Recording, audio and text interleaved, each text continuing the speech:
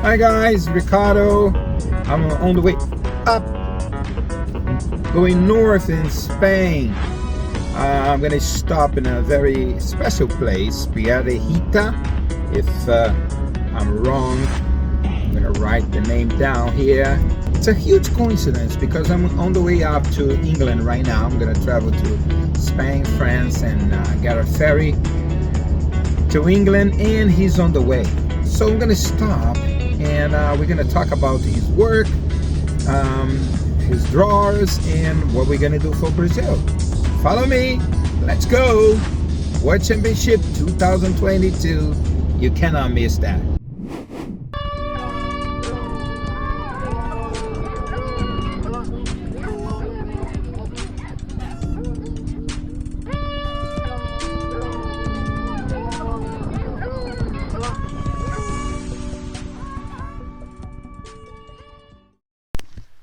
Whew, I finally found Steve Hahn hiding in a small village called Brasileira with a beautiful view.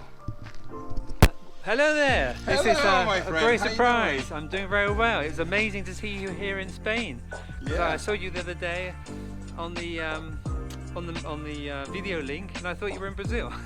but here you are.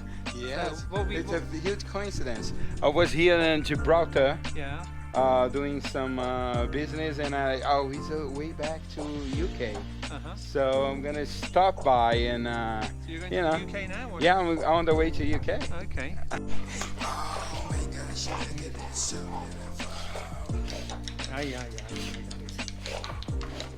Hi Steve, thank you for having us here. Well, it's my pleasure, Ricardo.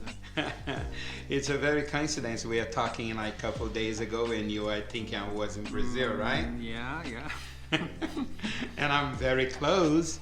So I found Steve Hahn. He's hiding here in Brasileira, right? Piedrahita, yeah. It's a little medieval village which has been here for since about the 12th century, and paragliding started here a little bit later, maybe about 1990, pretty much when I came here.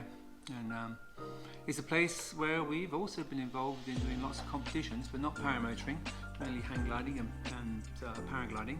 We also did the Worlds in 2011 and the Europeans, lots of paragliding World Cups, many hang gliding comps, and now maybe we're going to be doing, well, in my mind, in my imagination, the World Championships paramotoring, but for Brazil. Yes, and thank you for answer our invitation. Could you do a draw for us? And you say yes, and we spoke briefly over the phone, and I really went through all your draws, and then I started to remember because I saw that before. Or all those images I can see in the internet do not have a face, and now meeting you, all the images have a face, and I'm pretty glad that I meet you today. So talk a little bit about your job, and what could you do to what is your idea for the Brazilian design? Or that's a secret for now? No, well, it's not a secret, but these things evolve very slowly in my mind. And we did speak a little bit initially about the church. There's a very emblematic church on the coastline in the competition venue, and that looked really exciting. I saw the video when you were basically was going at 3 dimensions around the church, and a lot of my images, I use a lot of exaggerated perspective to situate us, within the air and within groups of pilots or flying things, and having a focal point on the ground is quite a good thing actually for doing a perspective, interesting image. Now, of course, I don't know too much about paramotoring. I did paramotor in the 1990s, and I know a fair about it. I know a fair bit about it, but I'm still waiting for a bit more reference, and I need to do a little bit more study. But I think you're right. Well, a lot of my stuff is a little bit like, I think you mentioned the wacky races. You probably call it something else in Brazil. But that's a cartoon I used to like as a kid as well. and actually a lot of my images already have a reflection of that.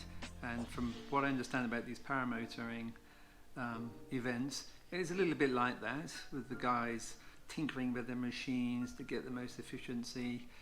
Yeah, I kind of like that concept, so we'll probably initially go with that one.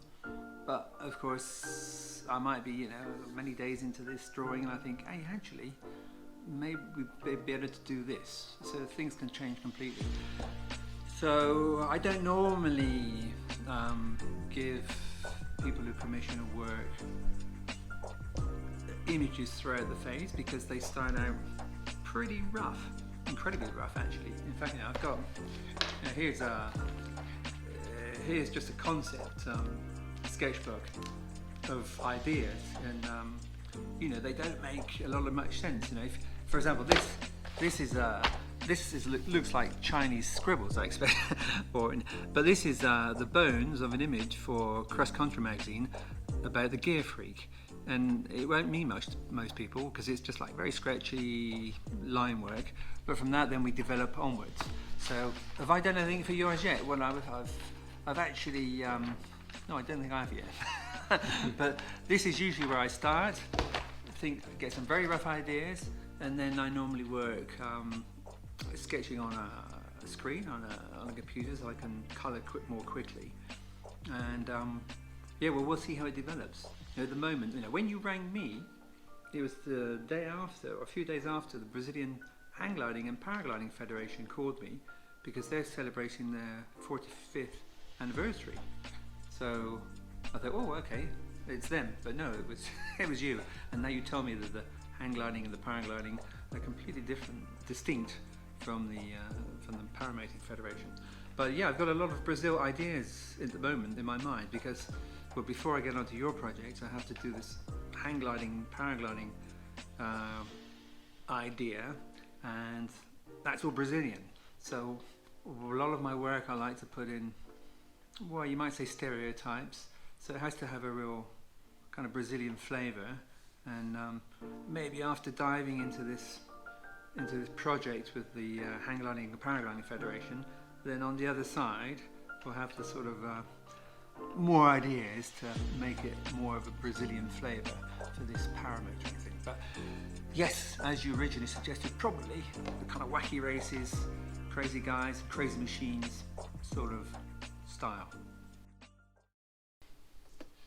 The sort of typical French person, this is a typical Italian person on his Ferrari style, and because the World Championships was in Argentina, this guy's an Argentinian gaucho. And you know, maybe this guy down here, he's sort of on a bit more of a technical type of apparatus, and at the moment in paragliding, the new thing is having these what they call submarine harnesses, so we've taken that to slightly to the extreme. But this is you know, this is what I work on. So I've got a, let's have a look. You know, this I normally just work with I'm going to just draw over this.